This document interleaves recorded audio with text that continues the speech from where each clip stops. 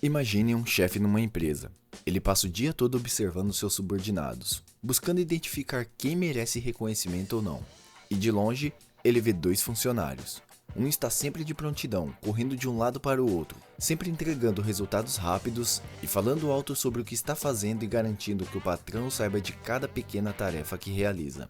Ele parece incansável, enquanto o outro trabalha em silêncio, focado. Quando termina uma tarefa, ele pega o celular por alguns minutos para respirar. Às vezes, ele nem tenta explicar o que faz, porque ele prefere que o trabalho fale por si só. Agora, adivinhe quem será promovido? Bingo! O chefe inevitavelmente escolhe o primeiro. Não porque ele seja de fato o mais competente, mas porque ele sabe performar trabalho. Ele entendeu o jogo das aparências. O que importa não é ser, mas sim parecer ser. Esse fenômeno está em todos os lugares. É a diferença entre quem brilha na superfície e quem carrega o peso real das engrenagens. E sabe por que isso acontece? Porque vivemos em um mundo que julga primeiro o que vê e depois o que ouve, e raramente se preocupa em investigar o que é. Certa vez eu vi uma pessoa falar que primeiro as pessoas julgam as nossas peles, depois julgam como nos vestimos e só então começa a nos ouvir. E trazendo esse pensamento no ambiente corporativo e também na vida, isso se traduz em uma hierarquia de julgamento que prioriza o que é fácil de observar. O esforço invisível, ou seja, aquele que acontece quando ninguém está olhando, quase nunca recebe o crédito que merece. O problema é que o chefe não vê o funcionário quando está se esforçando durante a noite para aprender as novas habilidades, ou quando ele se força a continuar mesmo quando está cansado.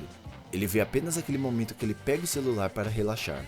Isso é apenas um recorte distorcido, mas muito poderoso, porque ele reforça o preconceito de que o trabalhador mais discreto, ele é preguiçoso.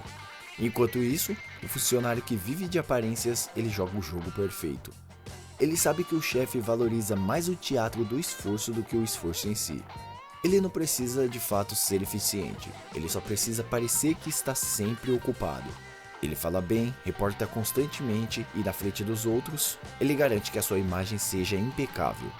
E no Brasil isso é particularmente agravado, porque temos uma cultura profundamente hierárquica e focada na presença como sinônimo de produtividade. Ouvinte, alguma vez você já deve ter visto essa situação no qual a pessoa está até tarde na empresa e mesmo sem fazer nada útil já é considerado como um bom funcionário. E aquele cara que termina tudo mais rápido e vai embora no horário, ele é visto como um descompromissado, simplesmente porque ele não quis ficar até mais tarde para ganhar hora extra. E essa mentalidade ela cria um ambiente onde fazer-se notar importa mais do que realmente fazer. É a vitória da forma sobre o conteúdo. Aquele que sabe se expressar bem, ainda que diga muitas bobagens, ele ganha o crédito, enquanto aquele que tem ideias brilhantes, mas não domina a arte de apresentá-las, ele simplesmente é ignorado. E é aqui que muitos se frustram. Trabalham duro, são eficientes, estudam, e tudo isso pode parecer inútil se não aprenderem a jogar o jogo das aparências. Mas será que isso significa que você deve desistir de ser quem é para entrar nesse teatro? Esse sistema de valores nasce da nossa própria condição humana. Somos criaturas visuais e auditivas, julgamos primeiro o que vemos e ouvimos. A superficialidade é o atalho cognitivo que usamos para dar sentido ao mundo. Só que, na sociedade atual, esse atalho ele virou regra, e o mérito de verdade ele foi simplesmente jogado para o escanteio. Por isso é importante perceber o jogo sem deixar que ele te consuma.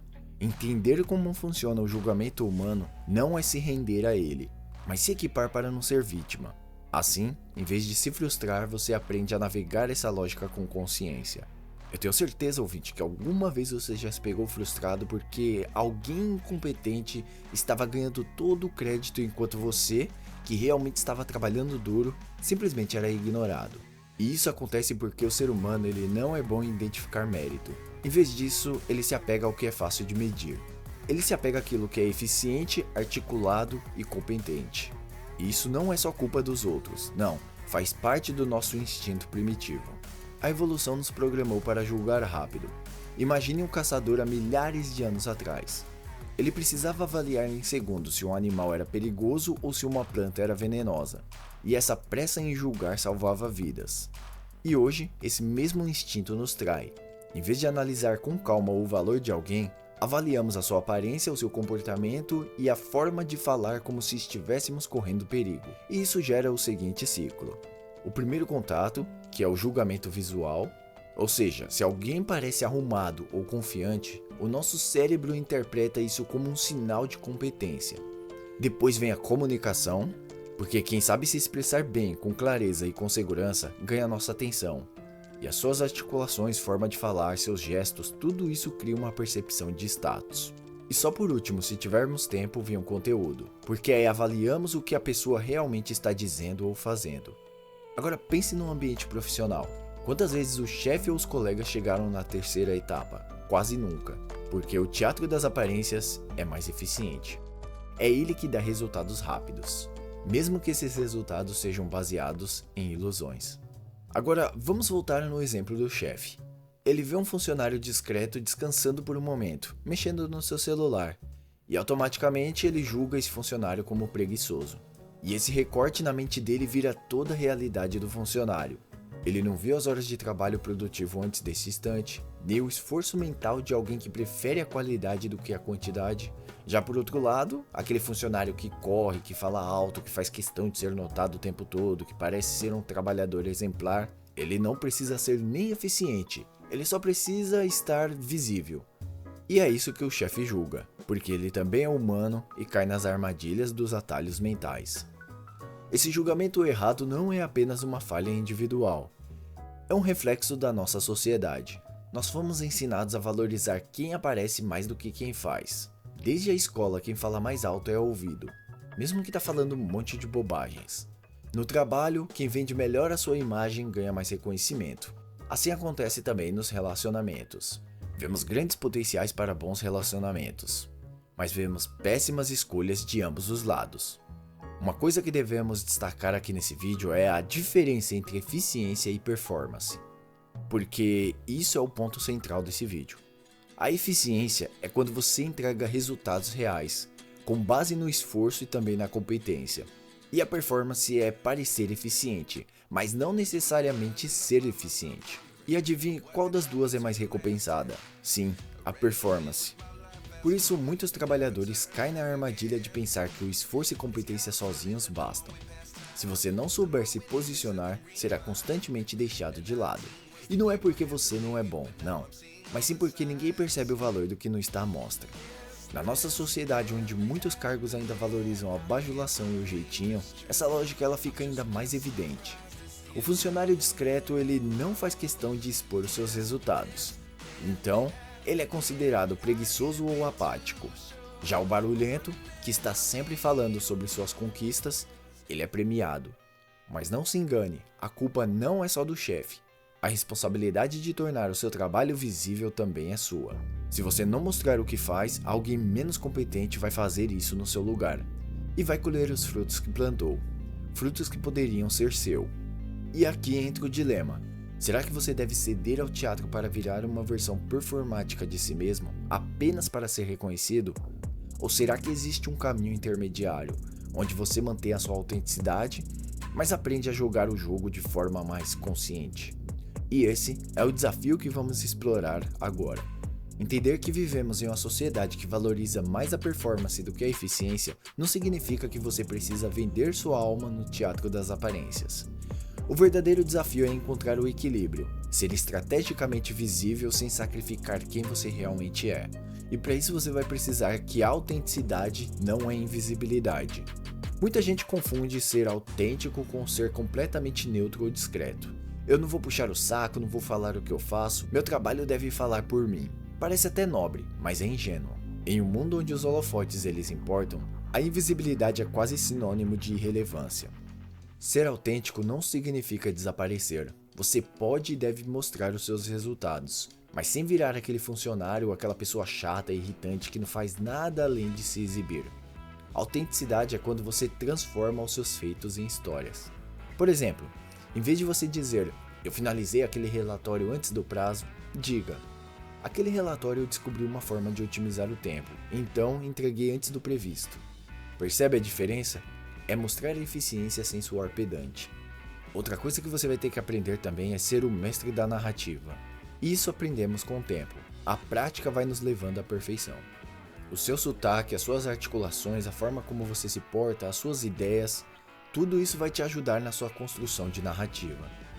Porque quem controla a narrativa controla a percepção. Lembre sempre-se disso. Se você deixar que os outros criem uma história sobre você, como por exemplo o chefe que te acha preguiçoso por te pegar mexendo no celular, está pedindo para ser subestimado. Você precisa aprender a controlar a narrativa ao seu favor. Você vai ter que aprender a mostrar resultados antes que alguém o questione. Como por exemplo, eu estava aqui no celular porque eu finalizei toda a tarefa, fiz toda a análise antes do prazo e estou aqui aproveitando um momento aqui de descanso para a próxima etapa. Outra coisa que você vai ter que ser também é proativo e compartilhar a sua eficiência. Cara, eu consegui aqui encontrar uma solução para aquele problema lá da última reunião. Isso pode economizar pra caramba o nosso tempo no próximo projeto. Perceba que isso não tem nada a ver com bajulação. É você garantindo que as pessoas saibam o que você traz para a mesa. E é aqui que está a parte mais difícil para quem prefere a eficiência do que a performance.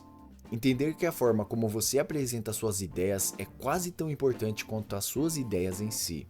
Isso não significa que você deve falar bonito ou deve ficar usando palavras muito complicadas, não, nada disso. Pelo contrário, simplicidade é poder. Mas o que significa é sobre falar com clareza, com confiança e também saber para quem você está falando. Por exemplo, se você estiver falando com um colega no trabalho, você vai falar mais ou menos assim: cara, se a gente fizer X agora dá pra cortar etapas no processo e também finalizar mais rápido. Agora se você estiver falando com o seu chefe, já a linguagem vai ser diferente. Você vai falar algo do tipo: encontrei uma forma de economizar 3 horas por dia no fluxo do processo. Isso pode aumentar a nossa produtividade em 15%. Percebe como a mesma ideia ela é apresentada de forma diferente, dependendo do público? E isso é inteligência social, algo que muitas vezes supera a eficiência pura. Mas cuidado, não se deixe dominar pelo ego, porque uma das armadilhas de entrar nesse jogo é você se perder e se tornar aquilo que você despreza, ou seja, o performático que vive de aparências. E para evitar isso, sempre se pergunte: eu estou destacando os meus resultados ou estou apenas tentando parecer ocupado? A minha intenção é contribuir ou é apenas impressionar alguém? Lembre-se sempre disso, a performance é a ferramenta, e a eficiência ainda deve ser o motor. E o equilíbrio está em usar a visibilidade para amplificar o valor do que você realmente entrega, sem cair naquele vazio de apenas fingir que está entregando algo. Isso é uma arte, a arte de sermos estrategicamente autênticos. Esse equilíbrio de ser eficiente e ser visível é o que diferencia quem se perde no teatro corporativo de quem sobe na hierarquia mantendo o respeito próprio. E na nossa sociedade, onde a meritocracia real muitas vezes é mais um sonho do que uma realidade, aprender a jogar sem se corromper é essencial. No fim das contas, a questão não é se adaptar ao sistema ou rejeitá-lo, não. É entender as regras e usá-las ao seu favor, sem deixar de ser você. E essas habilidades elas vão ajudar em todas as esferas da sua vida. Então entenda que a sua percepção e as percepções dos outros a respeito sobre si moldam a sua realidade. Entenda também que a autenticidade ela pode coexistir com a estratégia, e também sempre tem o poder de dominar a narrativa, porque afinal tudo é narrativa. Agora vamos além. Como você pode usar tudo isso para transformar a forma como você vive e trabalha, sem ser engolido pelo sistema? O primeiro passo é ser arquiteto da sua reputação, porque no fim das contas, o seu valor no ambiente profissional, ou até mesmo na vida, é construído com base em duas coisas: como as pessoas te percebem e os resultados que você entrega a elas. Ambas importam, mas muitas vezes as pessoas só têm acesso ao que você deixa visível. Pense na sua reputação como um edifício. Primeiro vem a fundação, ou seja, os seus resultados e a sua competência. Sem isso, não há estrutura. E depois vem as paredes e o acabamento, que é como você comunica esses resultados ao mundo. Um prédio mal acabado, mesmo sendo sólido, ele parece instável para quem olha de fora. Da mesma forma, resultados extraordinários podem passar despercebidos se você não souber apresentá-los. E aqui não se trata de manipular, não, nada disso. Se trata de garantir que a sua competência ela seja reconhecida. O segundo passo é criar uma autonomia dentro do jogo. Sim, isso é um jogo. Então, jogue esse jogo, aprenda a jogar esse jogo. No ambiente de trabalho ou até mesmo na sociedade como um todo, você nunca vai ter controle absoluto, lembre-se sempre disso. Sempre haverá injustiças, favoritismos e subjetividades. Mas isso não significa que você está condenado a ser a vítima passiva do sistema, não. O segredo é sempre buscar autonomia dentro das regras. Você vai ter que sempre encontrar formas de tornar as suas habilidades indispensáveis. E também vai ter que ser sempre a pessoa que vai resolver problemas que ninguém mais quer resolver ou consegue resolver, ou pelo menos tentar. Desenvolva competências que permitam mudar de cenário caso o ambiente atual não valorize o que você entrega a eles. Entenda que a liberdade real é saber que você pode sair quando quiser. E quando você cria essa autonomia, você não apenas aprende a navegar no sistema, você se torna maior do que ele. O passo 3 é reconhecer o teatro e escolher o seu papel. Por mais frustrante que seja, o teatro das aparências é parte da sociedade. E o problema é quando você confunde o papel que desempenha no trabalho ou em qualquer ambiente social com quem você realmente é. Então, sempre se pergunte isso: eu estou agindo assim porque faz sentido para mim ou porque eu quero agradar alguém? Isso serve ao meu propósito ou estou apenas tentando me encaixar? O objetivo aqui não é abandonar o jogo, mas sim escolher conscientemente como e quando participar dele. Isso transforma você de um peão para um estrategista. O quarto passo é valorizar a sua eficiência. Na nossa sociedade, onde precisamos mostrar serviços ou valores, muitas vezes sufoca quem é eficiente de verdade. Mas lembre-se, eficiência não é sobre trabalhar como uma máquina, é sobre alcançar resultados com inteligência. Se você está sendo mal interpretado, se o seu esforço está sendo invisível, isso não significa que você precisa se matar para provar algo para alguém. Reposicione a narrativa ao invés de se desgastar. Sempre mostre o impacto do seu trabalho, não o tempo que gastou nele. E faça também com que a qualidade dos seus resultados fale mais alto do que qualquer preconceito. Porque no final, a eficiência ela deve ser algo que trabalhe para você, e não o contrário. E o quinto passo é não ser um NPC. Podemos dizer que todo esse processo é sobre não se tornar um NPC, ou seja, alguém que aceita cegamente o que lhe é imposto, que atua no piloto automático. E isso vale para o ambiente de trabalho e também para a vida como um todo. Ser estrategicamente autêntico, controlar a sua narrativa e também buscar autonomia são formas de escapar desse loop de conformismo. É você escolher ser o protagonista da sua história, em vez de apenas ser um figurante do script de outra pessoa. Concluindo, o jogo ele é seu, mas você precisa aprender a jogá-lo. Vivemos numa sociedade onde a percepção frequentemente ela supera a realidade. Mas isso não significa que você precisa abrir mão de sua essência para ser reconhecido. Significa que você precisa apenas ser esperto. Jogue o jogo sem se deixar jogar. Mostre o que você faz de melhor, mantenha-se fiel aos seus valores e princípios e crie a liberdade que você merece. Porque, no final das contas, eficiência verdadeira não é apenas entregar resultados. É saber construir uma vida onde os seus resultados significam algo para você e para o mundo ao seu redor. Obrigado por chegar até aqui e agora é com você. Tem alguma ideia incrível para um vídeo ou um tema que gostaria de ver aqui no canal? Você pode patrocinar um conteúdo exclusivo com a sua sugestão. Quer desabafar também de algo anonimamente ou ouvir a minha opinião em vídeo? Envie o seu relato ou a sua história. Ou quer apenas demonstrar o seu carinho e ajudar o canal a crescer? Qualquer doação é mais do que bem-vinda e faz toda a diferença.